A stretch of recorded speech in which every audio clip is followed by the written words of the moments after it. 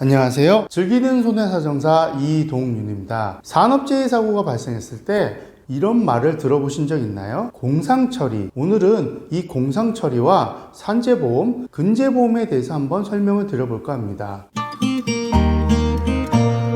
산업 현장에서 안타까운 산업재해 사고가 발생하게 되면 이 재해 근로자들은 보통 회사가 가입한 산재보험을 신청 후 산재보험으로 보상을 받으시게 됩니다. 그러나 때로는 회사가 이 산재보험이 아닌 공상처리를 요구하는 경우가 있습니다. 공상처리, 즉 재해 근로자에게 치료비나 일을 하지 못하는 휴업손실, 즉 월급을 회사가 지급할 때니 산재보험을 처리하지 말고 그냥 본인이 다쳤다고 하여 병원 치료를 받을 것을 권유하는 경우가 있습니다. 왜 이렇게 회사가 공상처리를 유도하게 될까요? 산업재해 사고가 빈번하게 발생하는 현장 같은 경우에는 추후 산업안전보건법상 불이익이 발생할 수도 있기 때문입니다. 여러분들이 쉽게 생각하시기에도 사고가 많이 발생하는 현장이라고 하면 해당 관리기관에서도 당연히 관리 점검을 더 철저하게 할 수밖에 없기 때문에 사업주분들은 어려움을 겪을 수 있습니다. 또한 산재사고가 빈번하게 발생하다 보면 추후 도급계약에 있어서 불이익을 받을 수도 있기 때문에 회사에서는 이런 공상처리를 통해서 산업재해 사고에 대한 건수를 줄이려고 하는 것입니다. 물론 간단한 사고라고 한다면 회사로부터 치료비를 보상받고 월급을 받는다고 한다면 공상처리가 꼭 나쁜 것은 아닙니다. 그러나 이 공상처리에도 문제점이 있다는 부분에 대해서는 꼭 알고 계셔야 됩니다. 만약 산업재해 사고로 공상처리를 하기로 하였는데 치료기간이 길어지면서 치료비가 많이 발생하게 된다면 추후 회사가 이 치료비를 다 주지 않으려고 할 수도 있습니다. 두 번째는 치료를 열심히 받았음에도 불구하고 후유장애가 발생하는 경우 회사는 이 장애를 인정하려 하지 않는 경우도 빈번합니다. 그리고 세 번째는 공상처리 시 대부분 업무 중 사고가 아닌 개인의 부주의로 병원 치료를 받기 때문에 이런 의무 기록도 계속 병원에 남게 됩니다. 따라서 여러분들의 보험 처리나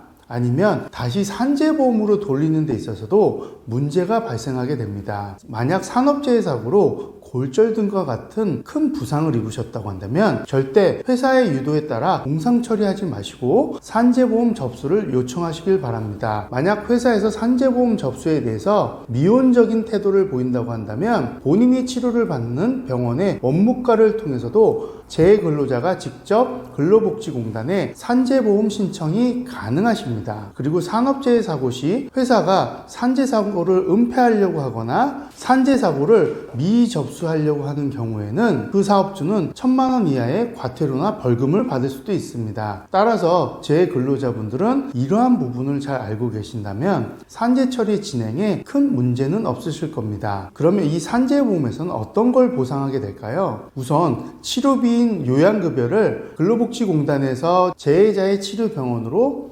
지급을 합니다. 그리고 재해 근로자가 요양기간 동안 일을 하지 못하는 휴업급여에 대해서 신청을 하시게 된다면 본인 소득에 대한 평균 임금을 산정 후 그에 따른 70%를 휴업급여로 보상받을 수 있습니다. 그리고 중요한 부분인데요. 요양기간 동안 치료를 받았음에도 불구하고 만약 후유장애가 발생하신다고 한다면 최종 치료병원에서 장애진단서를 발급받으셔서 근로복지공단에 장애급여 신청을 하신다고 한다면 해당 장애에 대한 심사 후 1급에서 14급에 해당하는 장애급여를 재해 근로자분께 보상해 드립니다. 만약 산업재해 사고로 근로자가 사망하게 된 경우에는 그 유가족이 근로복지공단의 유족급여나 장의비를 신청해서 보상받을 수도 있습니다. 그럼 이렇게 산업재해 사고로 산재보상만 받으면 모든 것이 다 해결될까요? 절대 그렇지 않습니다. 회사가 근재보험에 별도로 가입되어 있다고 한다면 산재보험에서 받지 못한 비급여 치료비와 휴업급여나 장애급여를 초과하는 손해에 대해서도 이 근재보험으로 보상을 받을 수 있습니다. 그러나 이 근재보험은 산재보험과 달리 의무보험이 아니기 때문에 회사가 가입한 상태일 수도 있고 가입하지 않았을 수도 있습니다. 따라서 근재보험 가입 여부는 회사를 통해서 알아볼 수 있고 요양기간이 끝날 무렵에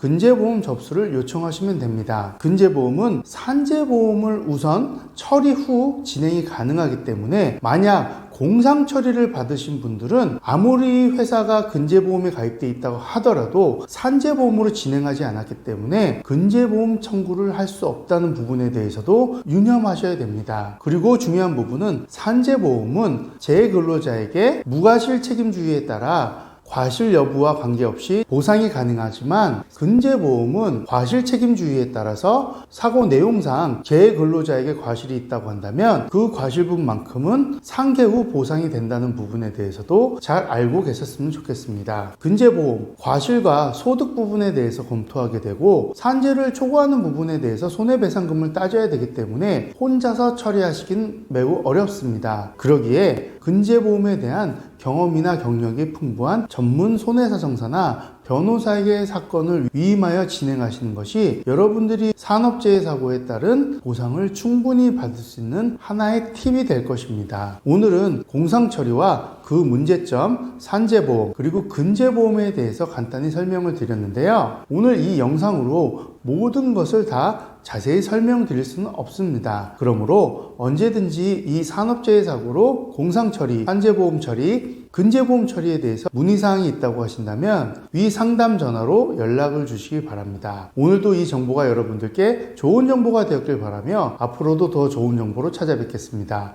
감사합니다.